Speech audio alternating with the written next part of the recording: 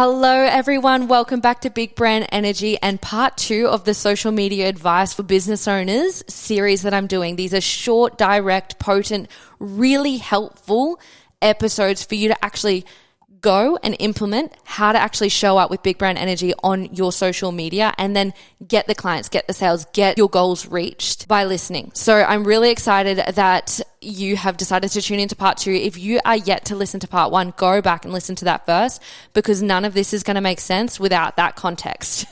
So I really want you to understand what I'm saying rather than just listen along to my voice, as much as you may enjoy that. Once you finish listening here, go and binge part 3 and then come back, circle back into the episode that you think you need to revisit in order to reach your goals. All right, so after listening to the last episode, you'll know that we have now cancelled the term marketing strategy and we're replacing it with impact strategy. So from now on, every post you make, every podcast you record, every TikTok trend you try is going to be made with the intention to impact the person on the other side of the screen. It's got nothing to do with you trying to advertise your next sale. Every post is designed to impact. Alrighty, we're going to break down what that actually means. To me, when I'm impacted by something, I might be moved. I might be emotionally touched by XYZ, the post, the podcast, the show, whatever it is. I also might be influenced to change my mind about something. I might be swayed to do something differently. I also might be intellectually stimulated by what's happening. I might be thought-provoked. Did a post just challenge my beliefs? Did it educate me? Equally, it could just be impacting me in the sense of being entertained. Was it really funny? And did that impact my day? Was I uplifted from there? Those are what I mean. So when we're thinking about high impact, good content, that's what I mean. So any of the things above, the things I just listed, if you're doing that on social media, you're actually showing up better than 90% of people on these platforms. That's pretty good. That's pretty exciting. When all you have to do is do one of those things of what impact means, and you actually get to be better than 90% of the people on the platform. Now that we've got that fundamental knowledge of what we need to do, I'm going to talk you through how you actually need to create this content. So to be successful in this, there's a part of you that really needs to the more you embody becoming a content creator, the easier this will be. Now, I understand that not every single business owner out there wants to truly become a content creator. So I want you to use discernment of okay, what does this mean for me? Because you need to honor your authentic way of showing up online. Otherwise it won't work. If you hate talking, podcast probably isn't for you. If you're passionate about writing, LinkedIn might just be your platform. You're typing up articles, you're sharing things, you're writing great captions. There is no specific way for you to show up, but there is a through line of how you do it that's going to get you further along than you are right now. So, and what that is, the one thing you need to do, your new best friend, dare I say, is a little thing I like to call delayed gratification. So in marketing, you need to first anchor in with the fact that every single thing that you do is actually not for you now, it's for your future self. So when you have this mindset around it, you get to transcend the vanity metrics like likes, shares, reach, whatever it is. So when you just stop focusing on that, you get to just curate exactly what you want to say. You're building your brand there, right?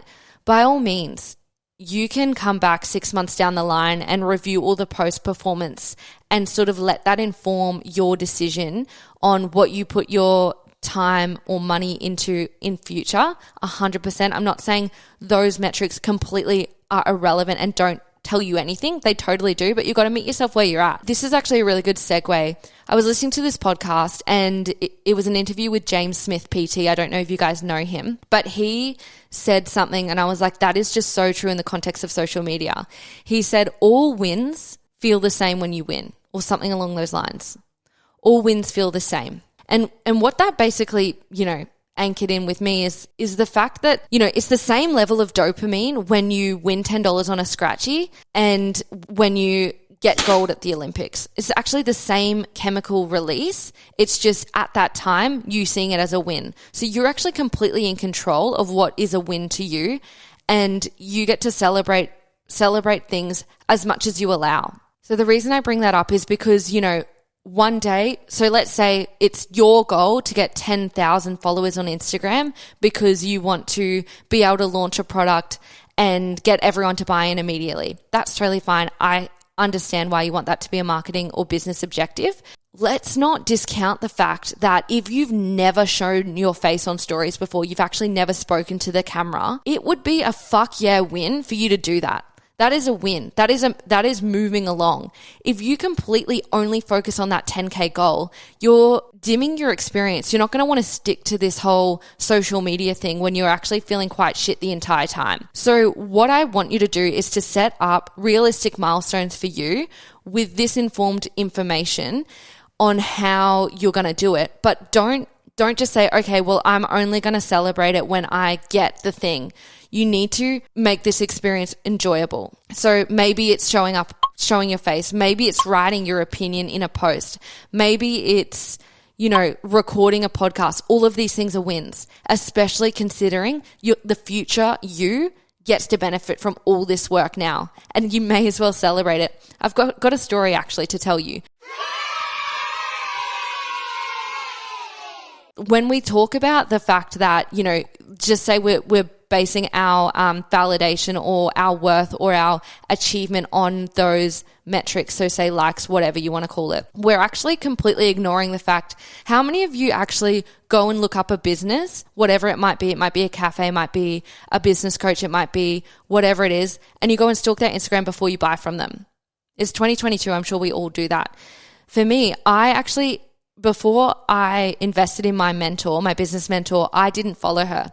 I didn't see her. I didn't follow her at all. I actually just went, looked at her page, stalked her content, binge listened to her podcast and thought, fuck yeah, she's actually bang on. That's exactly what I need. Within 48 hours, I had transferred over 15K for the coaching container that she ran.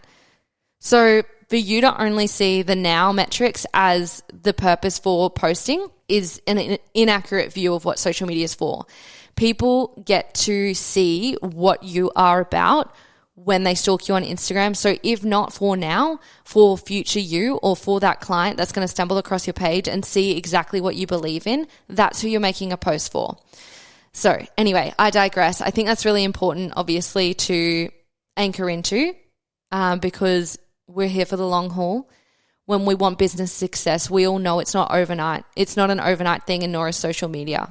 Okay, so to fully embody a content creator, you've got to kind of acknowledge what your opinion of things is, as I said in the last episode. So the easiest way I do this, I would just pick any topic in, say you're in the fitness and health industry, whatever it might be. What's your opinion on keto? Post it. What's your opinion on veganism? Post it. Notice all the resistant things that come up in you. And they're just like, oh no, I don't want to offend anyone. You're not offending anyone. If they're offended, that's on them. They get to just unfollow you. The biggest, most liberating shift I made for my social media presence is realizing that when you're getting unfollows, you're doing it right.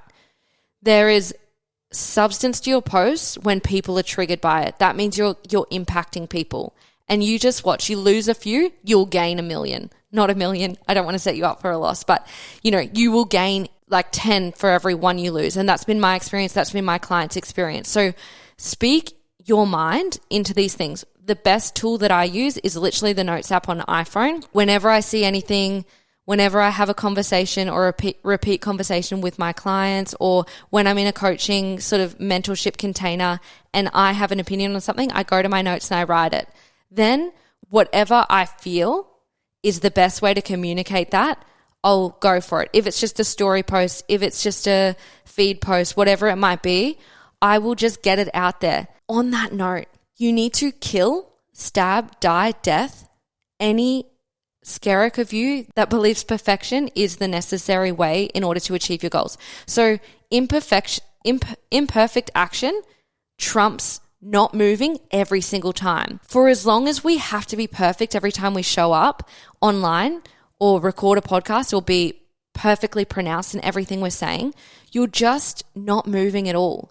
So first of all, I really get around when people stumble over their words or make a typo or whatever it might be, whatever your big fear is, when the context of that post or the content within it is actually of value.